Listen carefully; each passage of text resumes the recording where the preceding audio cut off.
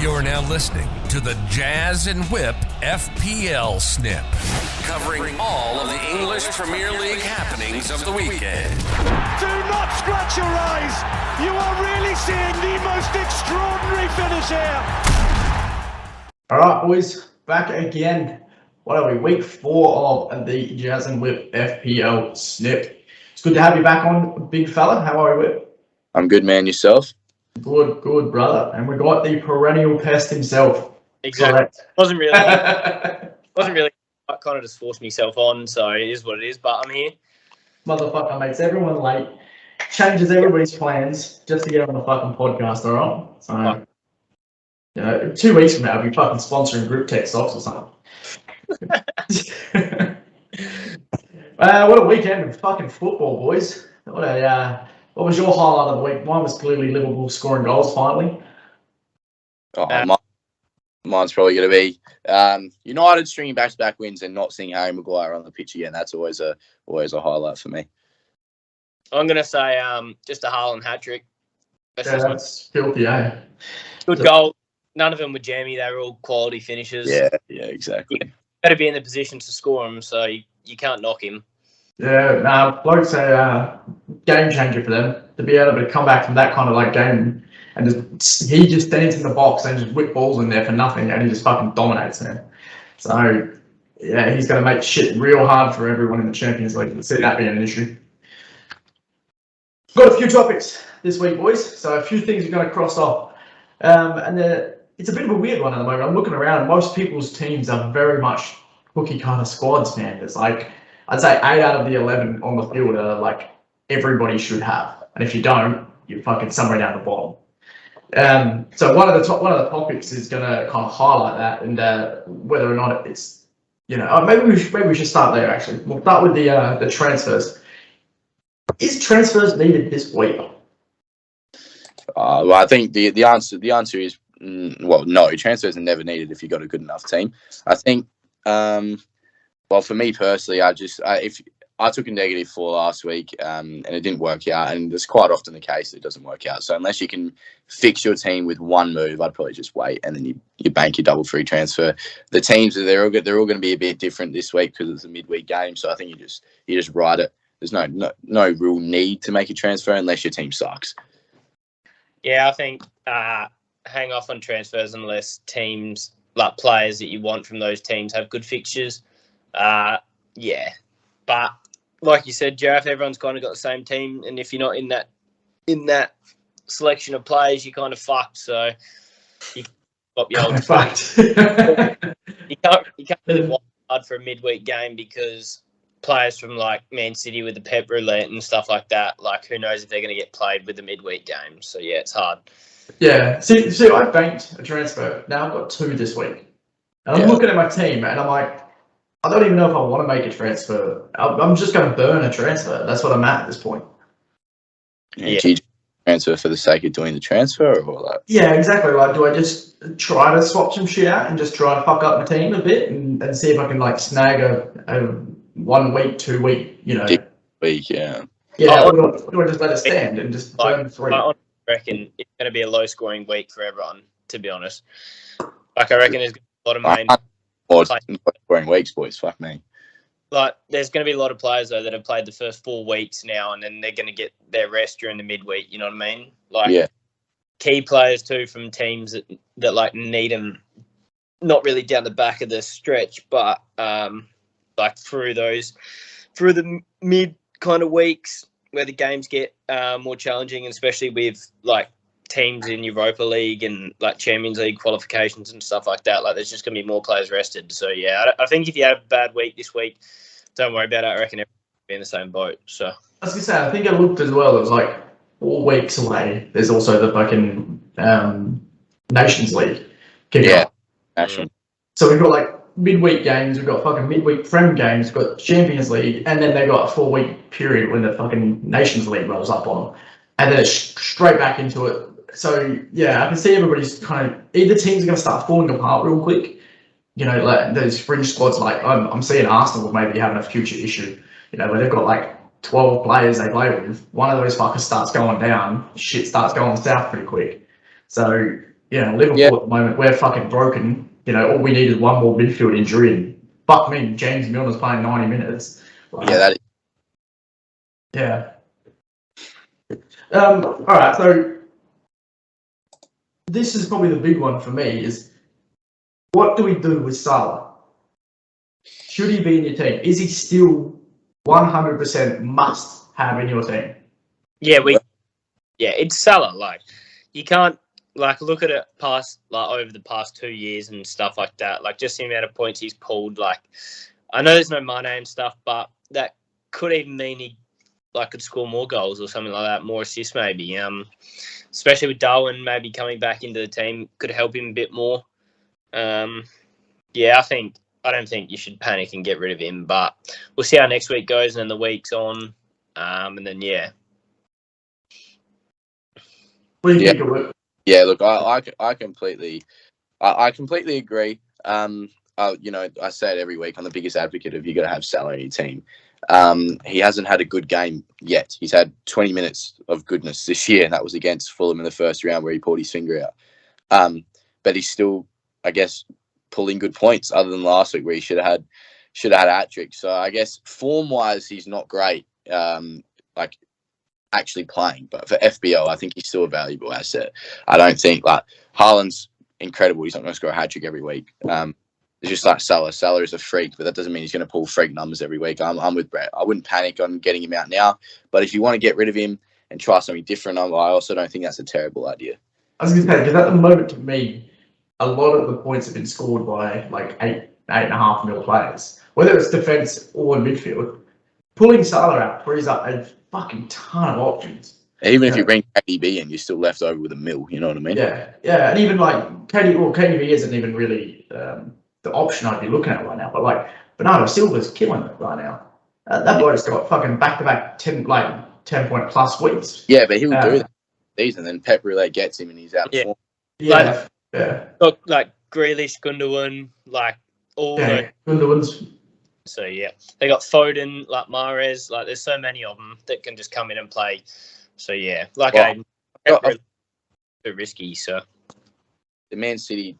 Let's look at defenders. They've got they've got Ake's now injured. Laporte's still injured.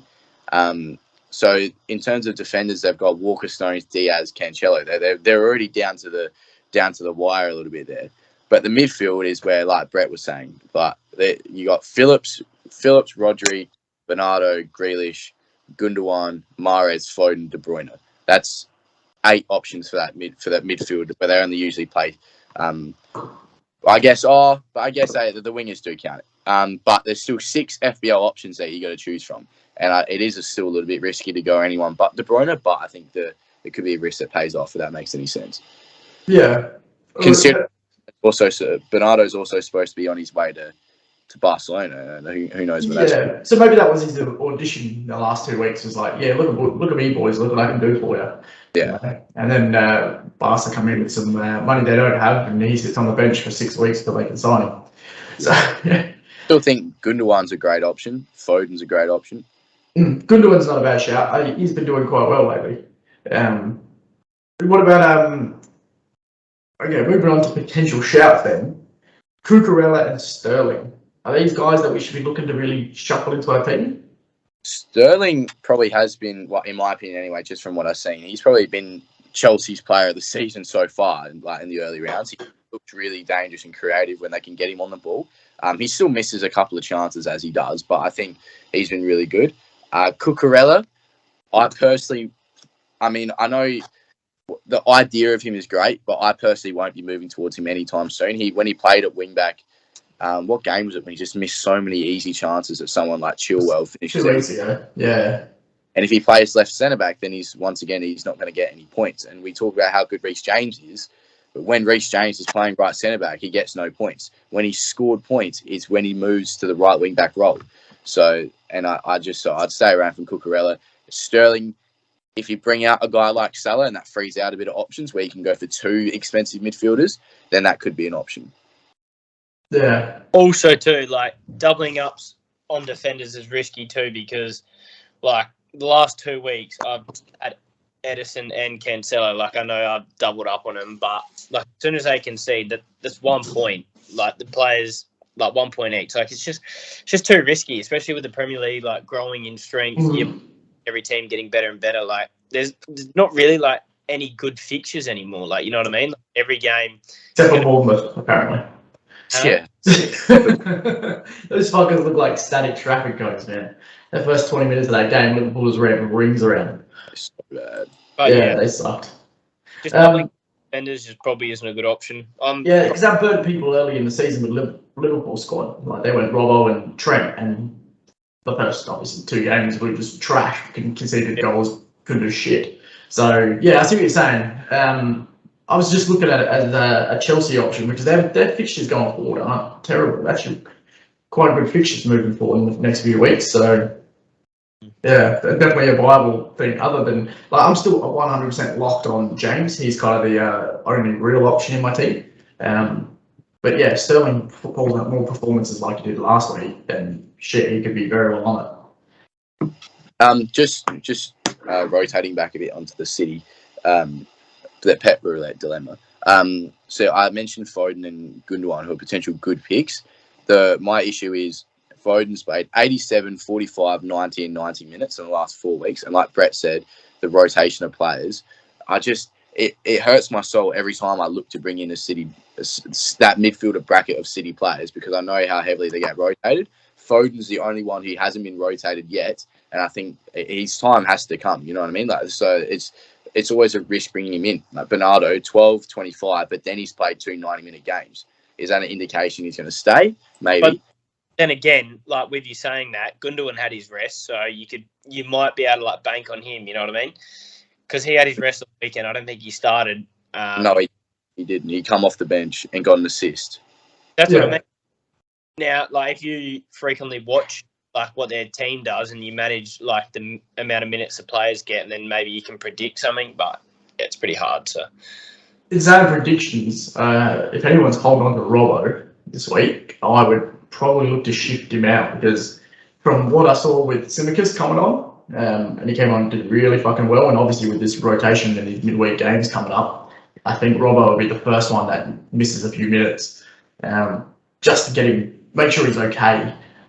Fresh. He hasn't been amazing this season. He hasn't started super well. I think that link up in Mane's gone, and now it's he's trying to gel with Diaz and try to make this whole new thing work. And he's just not like Trent. He's not that guy that can just pull out a miracle out of nothing. He is a bit more of a grafter, a bit more of a worker. Where Simicus is just a bit more fucking erratic, a bit more high energy. And when he came on, gets 2 assists in like 20 minutes. For like fuck all. So I think if you hold on, my tip is if you hold on to Robbo, maybe look to shuffle him. But I don't think there's many out there doing that. On Liverpool too. What about Elliott? Where does he stand? He'll start. He'll play minutes, and I think he'll play quite a few minutes. But the goal that he scored on the weekend was probably more luck than anything. I don't think he's going to do that. It was a good finish, good shot, good goal. Bobby did not mean to leave that ball for him. That was an accidental fucking touch. 100%, but yeah, I wouldn't be looking to bring him in, especially if you're bringing him in, then that's going to be 3 Liverpool spots filled up. And if this is where they start firing, he isn't quite the guy I'd be looking to bank on. Clearly you've got Diaz, Salah, and Trent. They're the trio that I'd be looking at. Even Van Dijk, man. Van Dijk's always been solid for points. He pops up with a header again. He just does that in the box. He's always the threat. He's always the target. That's only this weekend because the first 3 games of the season he was lost people points. And Dyke too. I want to throw a question in there. I was thinking about this on the way home. Who do we reckon was a better defender in their prime? Van Dijk might still be in his prime, but Pepe from Real Madrid or Van Dijk? Pepe, really? No. Van Dijk is one of the best. Van Dijk is one of the best centre backs we're ever going to see. Like he's one of those guys that has suffered because he played for Southampton and Celtics like for too long, and he come to Liverpool way too late. He's genuine, like he's one of the best centre backs I've watched live, like, and that's coming from a rival fan. I don't think he has time to get to the to win the silverware that guys like Vidic and Ferdinand did, and he doesn't have time to build a partnership with someone. But if we're looking at individual centre backs, he's a freak. He's like almost one of a kind. He's literally perfect build, perfect ability. Other than the start of his season has been average, but yeah. I would say if I was pairing a partnership together, like obviously Rio and Vidic is a formidable partnership, but Terry and Van Dijk would be unfucking beatable. Oh, see, I don't You've know. got that fucking dude though, man. Terry's just that bloke that slides and kills fucking dudes, while Van Dijk just sits behind and sweeps at all the pieces. Yes, yeah, I guess because I guess Van Dijk kind of has to be everything for Liverpool at the moment, but Yeah, he would probably prefer to be that one-on-one sort of defender and just let Terry just. yeah. I think that if you were to make like a fantasy 11 versus fantasy 11, that's the two centre back pairings that I would put together. Yeah. And you probably find that Vidic and Ferdy are probably the winners there purely on chemistry alone. They played so long, won so many things. Like Vidic won like 3 Player of the Years or something. Like you don't do that accidentally. Yeah, keys. That's right, bit off topic, but good question though, Brett. I like it. Yeah. Look, what are we thinking about Saint Maximum? This guy looks like a fucking FIFA player running around on the field every time I watch him because he's doing 82 step overs in a fucking sprint. It's and good. Then beats 4 dudes and then gets killed, and then gets up and does it all over again. So it's good time up because we literally just spoke about like off camera about how he is that guy that just creates chaos and does something stupid. But the difference between him and Diaz is that he is, well, he has been anyway, Newcastle's only source of anything other than like Wilson scoring tap-ins. But now they've got Isaac, which is why I say it's good timing, who his price has just been released. Does this take away points for St. Maximin, or does it actually? What am I trying to say? Does it actually give him the assists? Give them avenue to get those scores? Because in the past he would take on 8 players and then kick it to a Wilson on a 1v8 because the rest of Newcastle lineup sucks. Now Newcastle they're really building a really, really good team. Almiron's actually in form, which is strange. Is Isaac coming? Is that detrimental to St. Max, or is it actually beneficial in terms of FPL? Because obviously in terms of real life, it's going to be but in terms of FPL too, like you said, you got Callum Wilson, and then like I know it's Chris Wood. But if they want to change up their tactics and put it on his head, like he'll play over Isaac, I guess, like that bigger figure up there. Yeah, Isaac's before though. They're like genuine strikers that are actually not bad that they've got there. You know what I mean? They all bring something else. Yeah. So it just depends what the manager's feeling on the day, but I think Isaac's a good signing for them. I reckon. Like I didn't actually watch much of him, but from his highlights, he looks alright. But so does everyone. So. I guess. But yeah, I reckon. Yeah. From those YouTube compilations being put together, it looks fucking great. Brett's inadvertently answered the question. Yeah, I think it is still. I think it makes Saint Max even more of an option to pick now because he's got 3 good quality targets now up front. So it's no longer a case of if Wilson was injured now, you'd be riding off Newcastle for the next few weeks. But now they've got different ways they can play. So I think St. Max is an option. He's a risky option, but I think now more than ever he is a good option. Yeah, I agree. I think like we were talking earlier, if you're looking to make a kind of a random sub in and look to make a transfer to just win some points back, St. Maximin might be the go. I wouldn't be doing it against Liverpool. Obviously, they got a pretty tough game this weekend, and don't like. I can see them taking points from Liverpool, but I wouldn't put my money on taking points from Liverpool. And if anyone's going to do anything, it's probably going to be that dude anyway. So maybe just regard that. You might feel a fucking punt on him. Just take him in for Liverpool and see what happens. But I think he's only going to get more viable as the weeks go on and Isaac fits in and that team starts to gel. Because I watched them against Wolves and they weren't bad, man. Wolves were decent. They're solid. They basically all speak fucking Portuguese, so it's basically the Portuguese B team running around that field. But they were not bad. And once that ball gets tripped at his feet and it starts hitting that, and he gets ping balls to St. Maximin, then he's free to go. That's dangerous. They just needed someone up front to work with. He was playing with like a fucking spoon up front. So yeah, I think keep an eye on him. A couple of weeks, he'd definitely be looking to bring him in, maybe even on a wildcard team. Off though and just see how he goes. Like, don't just go, oh yeah, he had a good week, bang, get him. Yeah, I like to see how like players go over a long time before getting out kind of someone who's reliable, who brings you those points. You know what I mean? To have a punt, like you just got to wait and see because you don't know with someone like that. Like who knows? He could go down next week with an injury, like because he does his little fairy taps and shit. Someone could just come along and snap him. So you see Richarlison, he got pole there. Nice. Yeah, I see that. If there's a guy that deserves it, it's fucking Richarlison, man. Fuck that guy. Then someone sat on him till after or something. I reckon it was William. Williams, yeah. Yeah, Nico jumped on his back, man. But yeah. All right, pulling up to the biggest one, man. We just kind of touched on it a little bit there, but new signings that are coming in. What are we excited about? What are we thinking? Well, I think Isaac's obviously an excitement because I think he's just, he's one of those. It's just sort of a make or break thing for him. I reckon he's gone from being prolific for Real Sociedad and really good for Sweden in the Euros. He had a quiet season in the season just gone after the Euros. He's a young, like, he's had future star cards on FIFA, so he must be good, right? But but no, I think he's one of those ones that he's either going to come out firing or he's going to flop. So in terms of FPL, I think you got to give it at least don't bring him in against Liverpool, but you got to give it a little bit. That's my take. But guys like Anthony, he's joining United for 100 mil. It pains me to say it. I just don't think he's going to be worth it. Well, I hope I get proven wrong. I love to say that. I hope I get proved wrong, but I'd stay away from him as well. That rotation now you have to pick between Rashford, Martial, Sancho, Alanga, Ronaldo. Even Bruno can play out there. I think that's it. I'd stay away from him. And then Emerson to West Ham, who I think out of all three is probably the best one to go for. He comes straight into that team at that left wing back role, and I think it's a good position for him. So that's my take on those three main signings. I'll give you mine. I really like Nunes from Wolves, like the midfielder. He was good in that game that I just watched. Not freshly transferred, but he still is a transferred player. I just rate like the way he gets into like the box and stuff with his headers. Like he could honestly be like a Socek, like someone who just, you know what I mean, just has those games, pulls you the headers and just gets you the points. Like he's not that much, but I've just watched like the last 3 or 2 weeks, however long he's been playing there for, but every single game he's had a chance with either his head or it's just fell to him in the box or something like that. So all he needs is just a couple of those to, fall in, and then, you know what I mean, he gets you those points, and he's not that expensive. I would just keep an eye on Isaac, similar to how, I don't know if you've zoned in on Scamacca much for West Ham.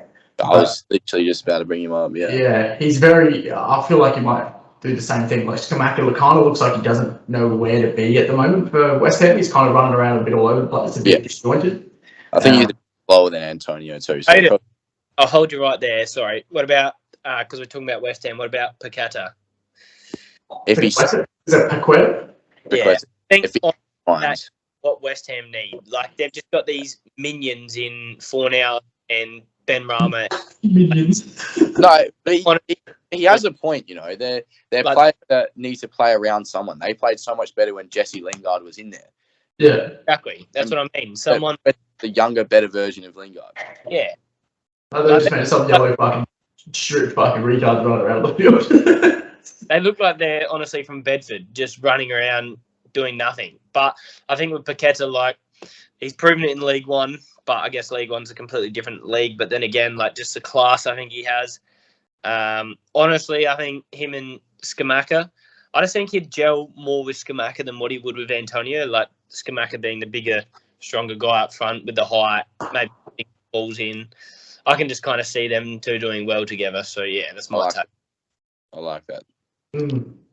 I see Casemiro making a bit of a difference for Man U as well. Like, he's not an FPL asset. I don't see him being someone that you can bring in, but I see this control maybe starting to come to your midfield, which like I don't know if Man U United are aware, but wingers aren't strikers because you guys need a striker. And you just keep buying wingers. I think Ten Hag wants Martial. I think that's what it is, and Martial's injured at the moment. But I think always he had his injury, then he come off the bench and redid the injury, so he's out. Genius. Honestly, like United's midfield isn't even that bad. Like Casemiro and Fred. Like next season, you fuck Fred off and you bring in someone who. But to have those two players in your midfield, like that's almost up there with one of the best midfields in the Prem. Like with just those two guys, you know what I mean? I might be throwing a big. I would say it's vastly better than Liverpool's. Yeah, it's just And like, I speak too soon. Maybe not vastly. I'd say maybe Liverpool's ideal is Thiago and Fabinho, which is Bruno and Casemiro. Like for like, and then we have someone like you have Fred. We have fucking Hendo or Harvey Elliott or something. I think Hendo and Bruno, Bruno and Ericsson, I think have do they have the running capacity? Do you think of Henderson to do or do they have the willingness to do the shit work? I think maybe since Bruno's actually been given the armband, he's been doing a lot more of that high intensity work rate and being actually more of a leader similar to Hendo.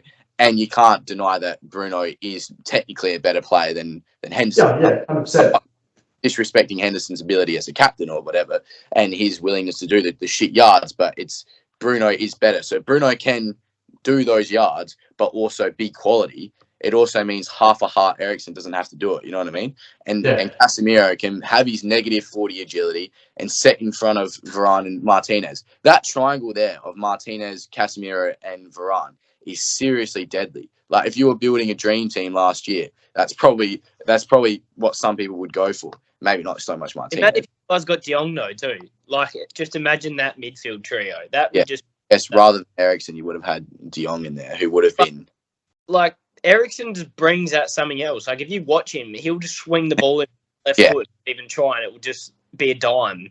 Like it will hit a spot. Like if you start Sui, he gets on the end of them, and Ericsson starts giving you points. But does he though? I watched him in that game, man, and it highlighted that fucking problem. It was so heartbreaking to watch Ronaldo. Like that guy had a head start on Salisu, had 70 minutes on Salisu, and it was actually like hard to watch. He was physically trying his hardest to get away from him and get into that box, and he got caught. And then with 30 seconds to go, that pass he played to Bruno, his reaction after that, his time at the top is up, you know what I mean? And there was so much crap given to Messi about how, Ronaldo's challenging himself going to the Prem. I actually think Messi knows where he's at in his career, and he's no longer that. They're no longer these superstars. They need to enjoy that they are superstars, but they're no longer these 23-year-olds that can do rainbow flicks and take everyone on and jump 8 feet in the air, you know what I mean? But then he scored 20 goals and then get put on the bench. He scored 20 goals, but at the end of the day, he's still 40. So something that happened 6 months ago is still... and he had no preseason. And I know it's Ronaldo, but he had no preseason. You look at guys like played 8 out of 50 games last year and had to have injections in his knees just to go to training. And he trained 10 times for the season. That's these guys, like they're not it anymore, which seems disrespectful to say, but yeah. Yeah, I think you guys are still... I'm starting to see Man U being very similar to Chelsea. Chelsea's big problem at the moment is they're missing a focal point. They don't have someone there. They have all this shit around them that's really good and all these pieces that work together. And Chelsea have a system that works, where I think you guys are still missing the system, but there's nothing down the middle. Yeah, I know what you mean. There's nothing to bring guys like Rashford and Sancho into the game. Yeah. What striker out there do United buy? Like, unless they develop someone. Isaac probably would have been a good shout, but... Like, you know what I mean? Like, there's really you have Lewandowski out there, man. You should have just went all in for him. Yeah, but then he's the exact same as Ronaldo. He's getting old. Yeah, but Lewandowski isn't at the same time. Like, this guy finishes like the world's top goal scorer at the age of 33. You know what I mean? Like, Ronaldo... So you just throw every fucking set you have at Kane then, right? Like you were going to do beforehand. Which I think Harry Kane is probably taking to... Like, honestly. What'd you say, sorry, Brett? I think he would have been perfect for you guys. Like, he just suits the way you play. Like, just that drop-in player who, like, combines midfield, can turn on a swivel and have a shot. Like, just create something out of nothing. Like, it's what you guys... That would be able to get him, but... Yeah. Like, even prior to Liverpool picking up Darwin Núñez, like, you guys could have went all in on that shit. You know, there's players out there that you could easily look to bring in. Even, I wouldn't be bringing in a stopgap. I'd be looking to bring in like an actual thing for 4 to 5 years. But yeah, there's still the same problem for me. So like, I feel like Anthony's going to be just one of those guys. I can't even say. He's going to be like Sancho. I feel like that's what's going to happen. It's going to take a while for Sancho and Anthony to kind of kick it together. Sancho is actually a good player. The problem doesn't have that striker to bring him into the game. He was so good at Dortmund because he played with Haaland. You know what I mean? Yeah. So now you're going to play with Sancho on one side, Anthony on the other, more than likely, and With nothing in the middle. Like with Rashford up front, it's literally like they're building a FIFA starter team. You know what I mean? We just go for pace and skill moves and beat guys in Div 8, but that's just not how it works in real life, eh? Yeah. What about Zaha? There was a rumor that he was on the radar. For what, for us? Yeah. He's been the past like 6 years with United. Like, yeah. But he started with us, and then he had a falling out because I think he was shagging David Moyes' sister or daughter or something. Or, yeah, he got the boot. Zaha, he's had his plentiful opportunities to leave Crystal Palace. At this stage, he's just Mr. Crystal Palace. You know what I mean? I can't even see him going anywhere because he's been linked that many times and he's never left. Memphis Depay? We can't go down that road again. Seriously. You couldn't. This is kind of dumb shit you're doing. Look, more likely that we'll do that than anything else. But you'll bring him in, saddle him with a 300k a week fucking contract, and then be stuck. So, yeah, it's interesting. What was the other one? It was Emerson. Where was he? He went from Chelsea, didn't he, to West Ham? Yeah? Chelsea, straight in that left wing back role. Do they have? I mean, Cresswell played as a left centre back on the weekend. I think West Ham, that's probably the shape they got to go for. They're three at the back. I think that's what's worked for him in the past, I reckon. But yeah, I think if he consistently plays there, he's going to be a good shout. I had a topic that we hadn't discussed at all. I thought I'd spring it on you both. At the start of the game, it was big at the back, so 4 weeks ago. Yeah. Are we now looking at small at the back being the meta? I still think there's way too many points in the back line, man. Like, I can't justify. Like, I'm looking at it, like I was saying, I'm making some transfers this week, and I'm like, well, fuck, if I want to do anything, I have to move out Trent. And I was a week ago, like, get him out, he's fucking shit, Liverpool's trash, and then we beat the shit out of Bournemouth. And I'm like, oh, hang on a second, I forgot how good Trent could be. So I don't know, man. Like, what do? You take out what? Trippier, James, Trent, Perisic. Like, which one of these guys do you remove? Cancelo. That was sort of why I wanted to ask this question, because I've just, as you do every FPL week, I've taken all my players out of my squad and re-put them back in, and I left Cancelo out. And I know it's a bit sketchy, and because we know how good he can be, as he got those 11 points against who was it? It was against Bournemouth. He got the 11 points. He got 7 against Newcastle for a clean sheet. But getting rid of him would then allow for you to have a stacked midfield. So my midfield would have been like Bernardo Silva if I wanted him, like Martinelli, Harrison, Salah, then with Kane, Tony, and Jesus up front. So with the attackers firing at the moment, is that something you could go for? But then there's always that risk if you miss a big haul from him, because he's got 19 points and City haven't even played their great bit of football yet. Who we all got to talk about? Mopay gone to Everton. I didn't even see it. Did Mopay leave? Yeah, he went to Everton. Yeah. Shit, that's exactly what Everton need, is another fucking dud striker. No. That is. He could not score a goal at Brighton. That's why they got rid of him. Brighton are in a good space. If Brighton got rid of you, you're shit. I think to go to Everton. No, but he was Brighton when they were down in the scraps, dude. Everton are right scraps. Yeah. But he's been shocking for the last 3 years, man. He hasn't done anything of note. And going to Everton, he's just basically going to go stand up front and not score goals, and Aaron Gordon or whatever the fuck's going to leave and go to Chelsea for $600 million. Fucking so that team's trapped. I will not be surprised if that team is relegated this year. The longer they hold on to Lampard, the longer that shit goes south. You reckon Lampard's rubbish? I think him and to be honest, I think Gerrard and him are on the chopping block, man. I think they're both in a bit of trouble. I think everyone's in love with the idea of Gerrard and Lampard being good managers, but Gerrard's in more trouble than what Lampard would be, though, because Gerrard's actually had the money to invest. You know what I mean? Very true. Like, but you're in charge of Everton. Yeah, but they've only done like loan business. Like they've only got Cody in on loan and players like that. But that's fine. Just loan all the players that are in the championship. It's fine. Brett does have a point. Like, Lampard's come into a sinking ship and he saved them from relegation. They're still sinking.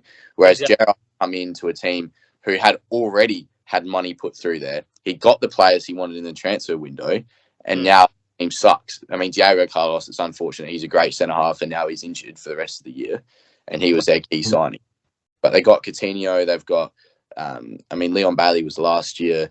And they got guys like that. They got Danny Ings up front, who's made of glass. Yeah, Kamara in the midfield, who was a big signing. Like Brett said, he's been given a wallet to use, and they still suck.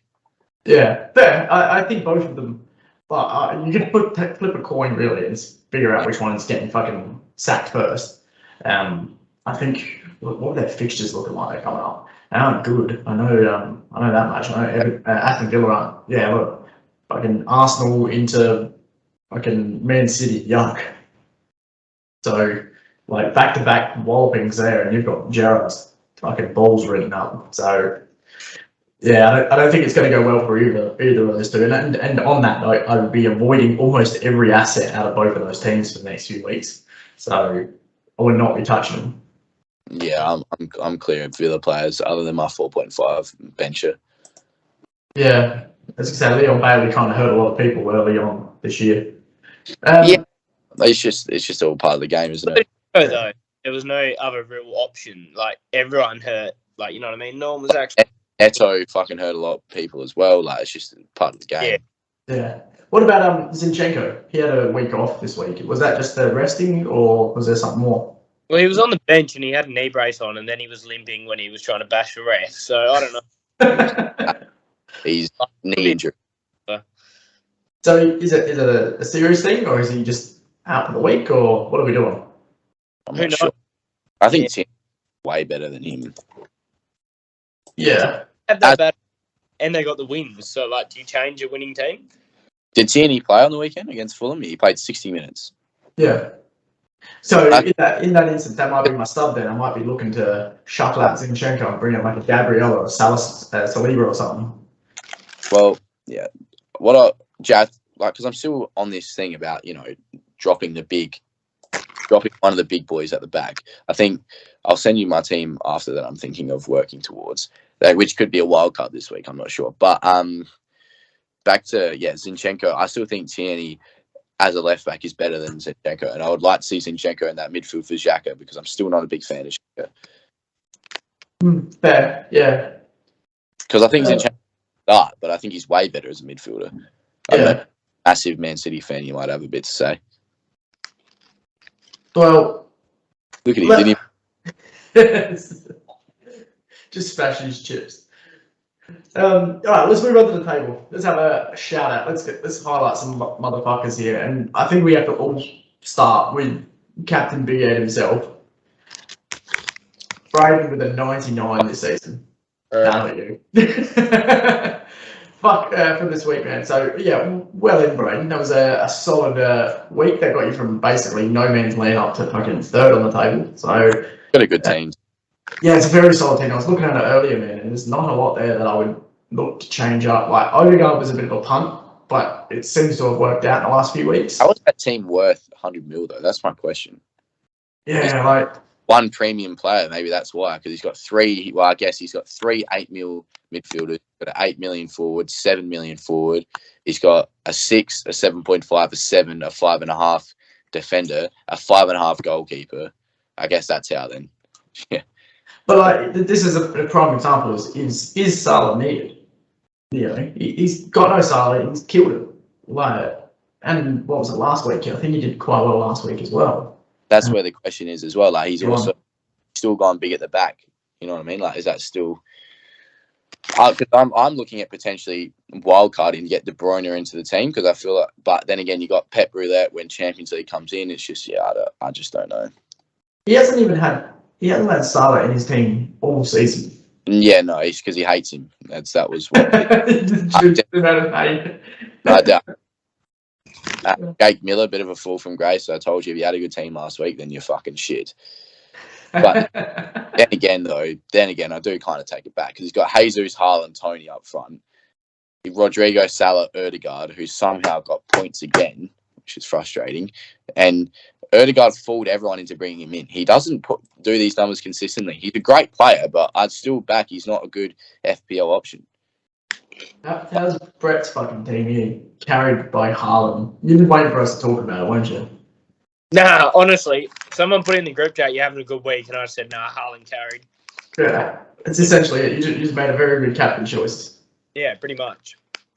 And by 2-0 down at that point, you were fucking shit in the bed, I bet. He was shit in the bed and I was fucking cheering. Yeah. My bet got up, so that was good. You know, got the early payout on Crystal Palace 2-0. Thank you very much. So Am I arguably flop of the week, do you reckon? I mean, I got 61 points. I took a -4 to bring in Harry Kane over Haaland. Miller.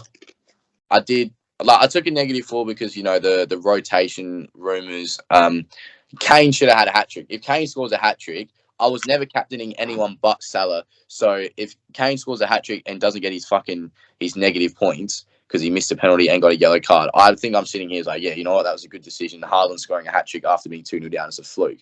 But it just does hurt looking at Salah on 6 points with the captaincy and then Haaland just absolutely demolishing everything. Nah, I'm still leading. Like my one this week is Danny. This guy, he was in the money last year. Didn't he finish like top 5? He finished second, I think.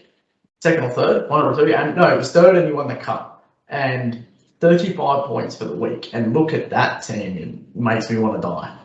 Like, that is actually an atrocious looking team now. Like, if there's a wildcard team, that's the fucking team you need to be wildcard. Like, how the fuck you got Carter when he's on the bench, man? That guy's been retired for like 15 years, man. Like, I mean, like... That is such a shit joke. I didn't even know there was a Carter that played for Nottingham. So no, that's probably the worst team I've seen. It's actual disgusting. Like, that's worse than Jacko's, and Jacko's below Keeley. Jacko. Is he actually propping the table up? He is. At least he got 53 points this week. So Keeley turned the team around a bit. Wow, Michael Jimboli, 34. He's been the manager in form and he got 34 points. Oh, where is he? Dallo on the bench, that's rough. Oh, yeah. Yeah, and Elliot. Oh, unlucky lad. I talked you up a few weeks, man. I think I spoke it too soon. His team's still good, though. Like, he captained De Bruyne. I mean, he's got no Liverpool players. No Liverpool players is where he went wrong. You got to have at least one, I think. He's got Elliot. And Alisson. He wasn't on the pitch, though. Alisson, I guess, yeah. But you've got Haaland or Salah or Kane. Yeah. So, and the back line. Backing up. Trent, no. Like, if you're going to pick an 8-9 million midfielder, you want to pick him every week, and you didn't pick him against Villa. Yeah.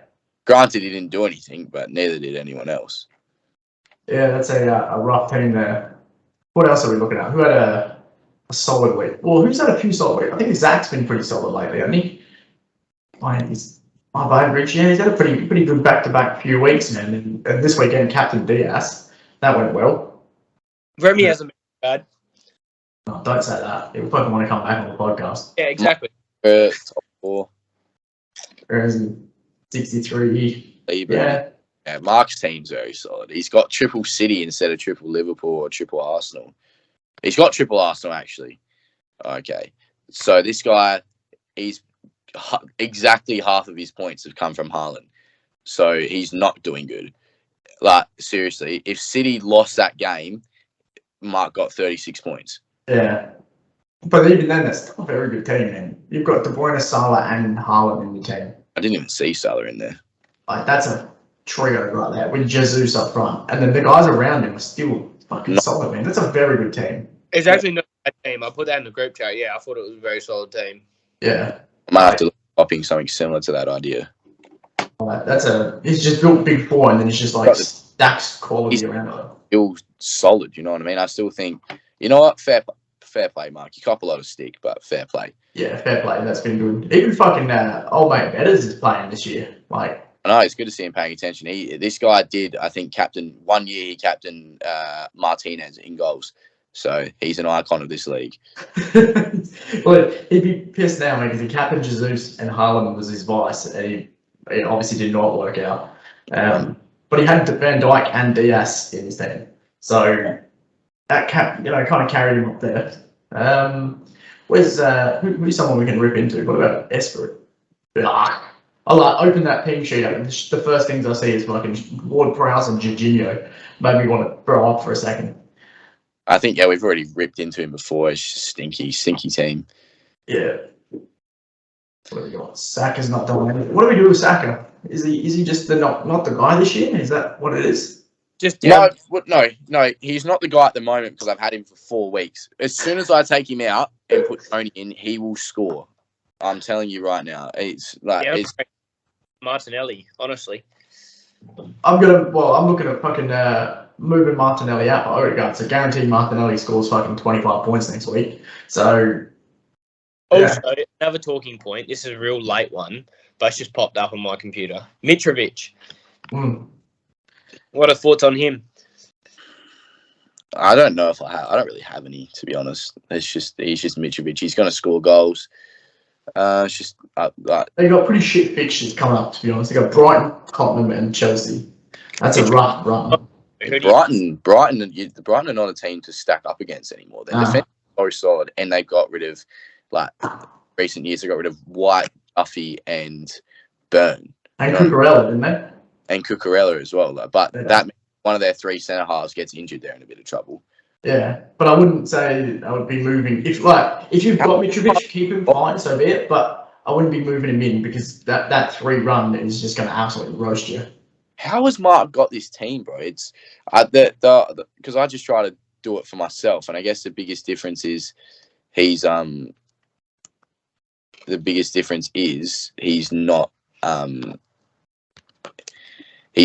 Tony, and that's someone who I want. But who's a better FPL asset, like Tony or a third expensive player? What player are you comparing him to, though? So instead of De Bruyne, Salah, and Haaland in a team, or a team with 2 of them and Tony, I'd be going with the 3. Do you reckon? Yeah, 100%. De Bruyne, Haaland, and Salah is way more reliable. Or even doesn't have to be Haaland; it can be Harry Kane if you've got Harry Kane. Yeah, your big assets are just more reliable. Like, granted, Tony's started off quite well, but is that going to continue? I don't know. I doubt it. There's obviously going to come a point where he starts crashing back down to where they belong. They only drew against Everton, for fuck's sake. We're talking about a team that's got to get relegated here. So, what do they got next week? They got Crystal Palace. So, I shouldn't lose that game. Ivan Toney's a similar player to Mitrovic in the sense that he's just going to score no matter who they play. It's the same old story with Pookie. Those guys, they score in shit teams, man. That's just what they do. The whole team's built around that thing. So if they don't score, they don't win. That's kind of it. Yeah. I was looking at Morgan's team, and other than being kind of stitched up by Martinelli, Saka, and I'd say Harrison, and having Dallo on the bench, it's not a terrible squad. You say Morgan Ellery? Yeah. He did the same mistake. He captained Jesus instead of Haaland or Salah, and I guess that's kind of bait. You've been baited into that. I think Jesus is kind of that. He throws up that 2, and then he gets that 19, and you're like, oh fuck, is this going to be it against Fulham? I don't think Fulham was easy to push over and say a Bournemouth or a Leeds or something like that. So I'd maybe steer clear of teams that are playing either of those 2. Yeah. What are we looking at for? What are we thinking for? Doesn't have to watch. Just back to Mark's team. He doesn't have James or Trent. He's clueless. Fuck the cunt. Fuck his team. Shit. It's fucking shit. Who else has got a shit team? Kyle. That team is disgusting. Let's have a look at it. I think Corey's given up on the game, to be honest, already. Corey's given up on it fucking week 1. He was top of the table. It was as far as he got. Has Corey changed his team in recent weeks? So let's have a look. Oh, wow. He probably got a lot further than what Aiden will this year, so. No. Dude, I'm finishing above you. I don't care, dude. I'm only 50 points behind you, and there's 20 points. There's 20 places between us, so just chill. 50 points, though. Imagine, in 4 rounds. Imagine how many points that's going to be over the course of 20 rounds. That's going to be me 12 points in front. No. That's what I can imagine. Yeah, Kyle, your team sucks, dude. Your team's shit. That's why it's called poo. So, congratulations. Yeah, but he's still sitting higher than me. That's just the beauty of the game, isn't it? Who are we thinking? One to watch for the week coming up? Probably Braden with that team. Braden, Zach, Robbie Capone, those three there. That's I think one to watch on the decline is Miller. He's just got too many 6, 7, 8 million players that aren't good. Yeah, that's me. I'm gonna go Remy and Braden. Obviously had a good week this week, and Remy's been consistent. So yeah, hopefully he doesn't drop off. Keeps it up there. So yeah, that's my 2. Watch for Robbie Wilson here, man. Like, that's not a bad squad. Obviously, Zaha kind of hurt him getting injured. If he's smart, he makes a decent change there. He's got a very good squad there. Odegaard, Salah, Kulusevski. Keep an eye on him. He'll do all right. Just needs one more in defence. That's the issue at the moment. He's playing Nico Williams. I think he has to get himself a double transfer or something, or take a negative or something like that to get a defender. But not a bad team. Keep an eye on him. He'll come climbing up the table. I think that's about it then, yeah. That's about it for the week, boys. So thanks, Brett, for making us hang around till fucking midnight to record it. Appreciate it. It's good to have a chat. Good to see you, boys. I'll see you tomorrow with it. Yeah. I'll see you tomorrow at training as well, Brett. Yeah. Yeah. Out for a run. You reckon I can come out and train? At this rate, we can just play all of us onto you. Beat Brett. That sounds fun, to be honest. Yeah. Now, well done, boys. Enjoy your week. I'll make sure, guys, you remember you got midweek games this week, so you've got to make sure you get your teams in. What is it, Wednesday, you said? Yeah, it's Wednesday morning. Yeah, so make sure your teams are locked in and ready to go for the midweek games. Otherwise, this is where people start slipping up and doing dumb shit and start falling behind. So, well done, boys. Good chat. I'll see you guys again soon. Ciao.